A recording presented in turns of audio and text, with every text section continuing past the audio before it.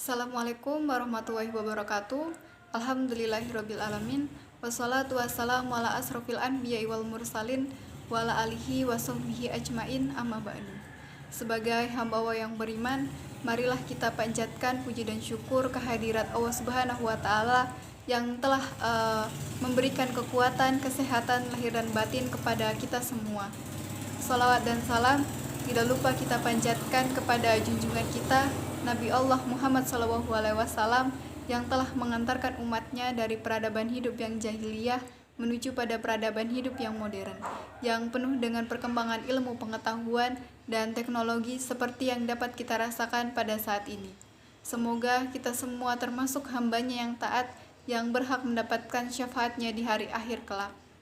Perkenankanlah saya Della Fitri dari kelas akuntansi B pada kesempatan kali ini untuk menyampaikan materi mengenai tugas dan tanggung jawab manusia sebagai khalifatul fil ard dan menghamba kepadanya. Manusia khalifatul fil ard atau pemimpin di bumi yang memiliki kewajiban selain beribadah juga mengelola dan mengusahakan kemakmuran di bumi agar bisa bermanfaat bagi seluruh makhluk. Khalifah memiliki dua arti, yaitu sesuatu yang menggantikan dan sesuatu yang memberikan manfaat kebaikan yang menciptakan stabilitas dalam kehidupan. Kenapa manusia disebut sebagai khalifah? Karena setiap dari kita diciptakan agar bisa bermanfaat di bumi. Saat Allah Subhanahu wa taala menciptakan manusia dan menjalani kehidupan di muka bumi, diberitakan oleh Al-Quran bahwa inti kehidupan kita memiliki dua tugas utama. Yang pertama, tidaklah kita diciptakan kecuali seluruh aktivitas kita diarahkan untuk menjadi ibadah. Demikian ditegaskan oleh Allah Subhanahu wa taala dalam Al-Quran surat Az-Zariyat ayat 56. Aku tidak menciptakan jin dan manusia, melainkan agar mereka beribadah kepadaku. Ayat ini memberikan isyarat bahwa bahwa inti kehidupan kita adalah ibadah. Yang kedua, kita diciptakan oleh Allah Subhanahu wa taala di antara peran penting menjadi khalifah. Dalam surat Al-Baqarah ayat 30. Ingatlah ketika Tuhanmu berfirman pada malaikat, aku hendak menjadikan khalifah di bumi. Mereka berkata, apakah engkau hendak menjadikan orang yang merusak dan menumpahkan darah di sana, sedangkan kami bertasbih, memuji namamu dan mensucikan namamu? Dia berfirman, aku mengetahui apa yang tidak kamu ketahui. Kemudian kembali ditegaskan dalam Al-Quran surat Al-Anbiya ayat 105.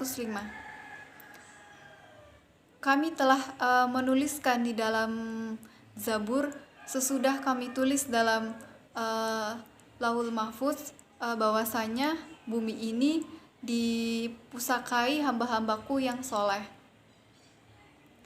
Tanggung jawab manusia sebagai khalifatul fil ard berkaitan dengan diberikannya akal yang mampu melahirkan berbagai ilmu pengetahuan seperti mengelola dan mengusahakan kemakmuran di bumi sehingga seluruh makhluk merasa aman, merasa tenang dan sejahtera di atasnya. Kemudian tiga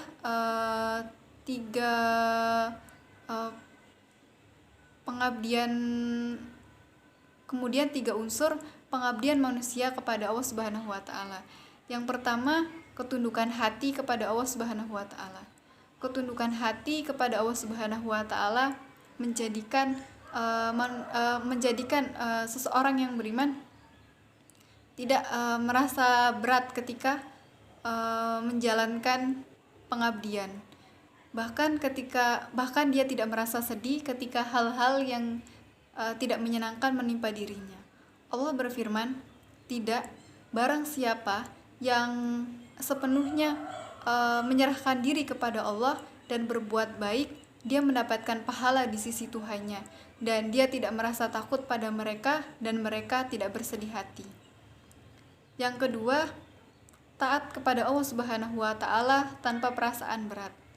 Pengabdian kepada Allah Subhanahu wa Ta'ala hanya bisa dilakukan oleh seseorang yang tidak memiliki perasaan berat terhadap ketentuannya. Allah berfirman, "Maka bagi Tuhanmu mereka tidak beriman sebelum mereka menjadikan engkau Muhammad sebagai hakim atas perkara yang mereka perselisihkan." Kemudian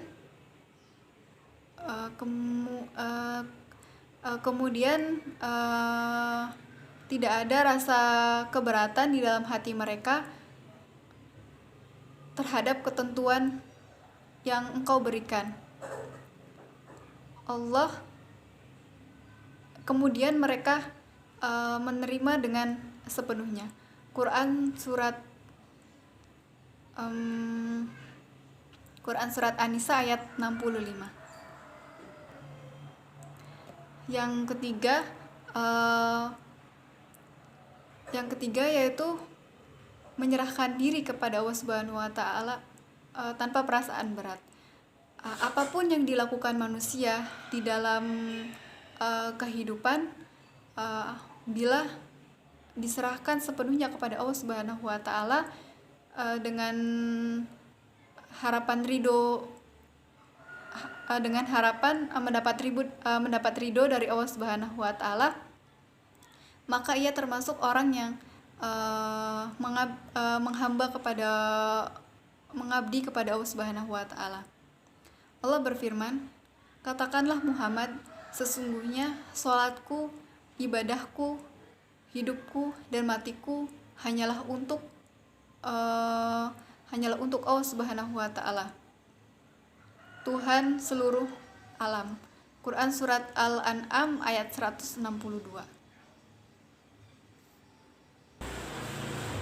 Dalam Al-Quran surat Al-Hadid ayat 16, Allah memberikan pernyataan dan menegaskan bahwa kita sebagai seorang muslim yang beriman kepada Allah Subhanahu wa Ta'ala diwajibkan untuk menghamba kepada Allah Subhanahu wa Ta'ala.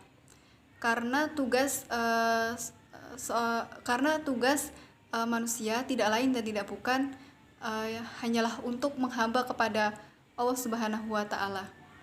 Seperti yang disebutkan dalam Al-Quran surat Az-Zariyat ayat 56, Allah tidak menciptakan jin dan manusia melainkan agar mereka beribadah kepada Allah.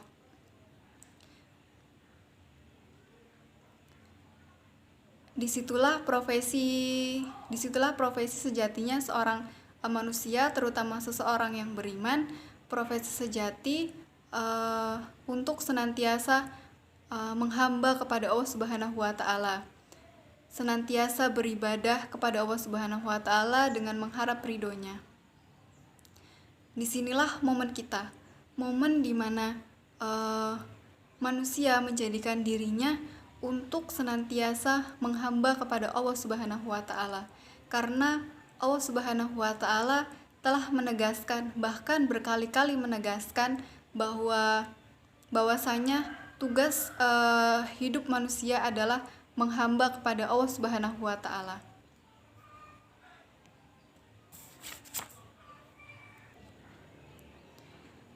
Allah telah menegaskan bahwa inti tujuan dalam hidup kita bagi manusia yang beriman kepada Allah Subhanahu wa Ta'ala yaitu bagaimana kita beriman dan bertakwa kepada Allah Subhanahu wa Ta'ala, bagaimana kita menghamba, bagaimana kita mengabdikan diri kepada Allah Subhanahu wa Ta'ala, kemudian kita beristiqomah dengan jalan yang telah kita lalui. Dengan itu senantiasa Allah akan memberikan keberkahan hidup yang luar biasa, Allah akan memberikan rizki yang luar biasa, dan Allah akan memberikan pengampunan yang luar biasa. Sekian yang dapat saya sampaikan mengenai tugas dan tanggung jawab manusia sebagai khalifatul fil ard. Kurang lebihnya saya mohon maaf. Yang benar datangnya dari Allah yang maha benar, dan yang salah datangnya dari saya pribadi sebagai manusia yang tidak luput dari salah, khilaf, dan dosa. Akhirul kalam, subhanaka Allahumma wa bihamdika asyhadu alla ilaha illa anta astagfiruka wa atubu ilaik. Wassalamualaikum warahmatullahi wabarakatuh.